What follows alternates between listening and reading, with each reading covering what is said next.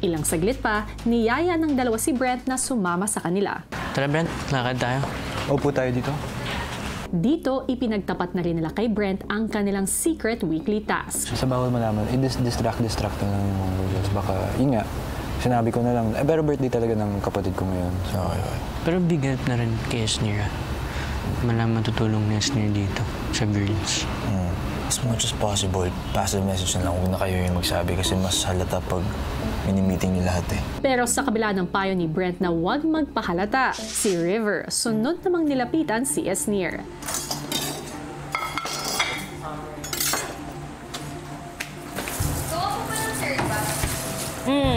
Kaya sure, paano hindi mabitin?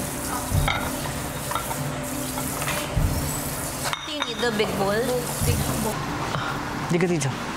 So kami ni Will,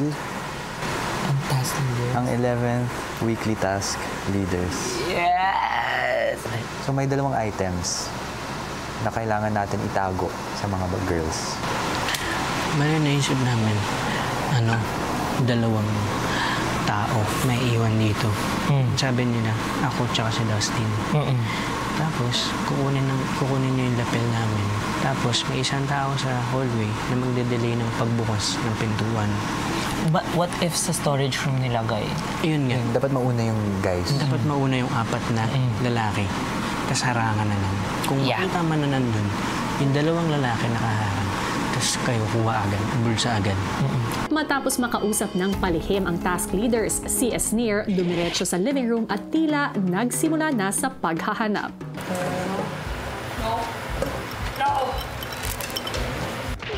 Esnir, masyado ka namang advance mag-isip. Wala pang hudyat si Kuya ha para maghanap kayo.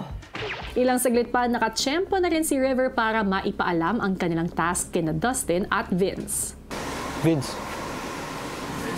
kailangan natin ng proper comms.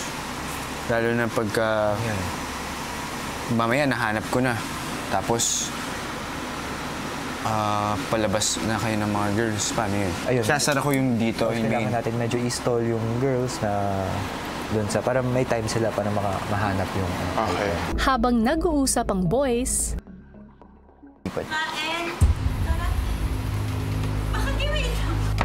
Pinag-aagawan namin, pupustahan kami.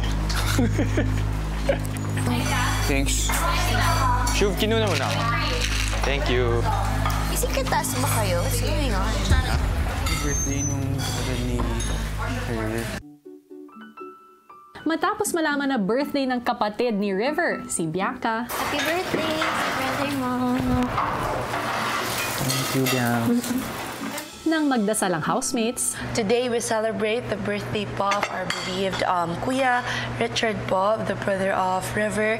We pray for his soul to rest in peace, and we pray that he might be with you right now, but I hope that he's watching over for the family of River. habang kumakain ng housemates, si Will tila naghahanap sa bedroom. Grabe, ang sarap. Naisip ko po na baka gamit yung itatago namin na naka-ribbon. So, naghahanap na po ako ng pwede naming taguan ng boys kung saan po hindi po siya mahanap or hindi po siya makikita ng mga girls. Maya-maya pa si Will nakaisip ng plano kapag narinig na ang hudyat na magpalit ng lapel batteries. 4 na lalaki ang nasa unahan na papasok sa... Tapos, pwedeng... Tapos pag nakalabas na kami ni Dustin, saka mo, isara yung storage room. So, makukulong tayong lahat Makukulong sa kayo. hallway. Makukulong kayo. Yung lahat sa storage room. Tapos kami, nakalabas na kami nun. Ah, okay. Tapos ilalak namin yung storage, yung hallway door.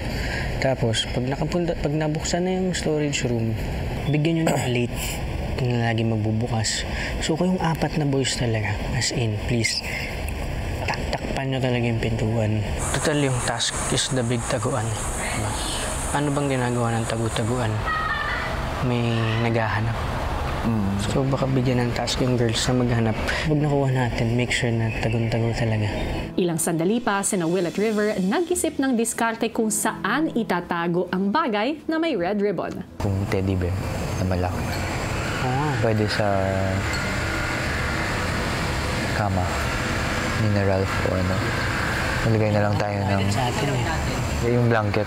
Very, very challenging po ito.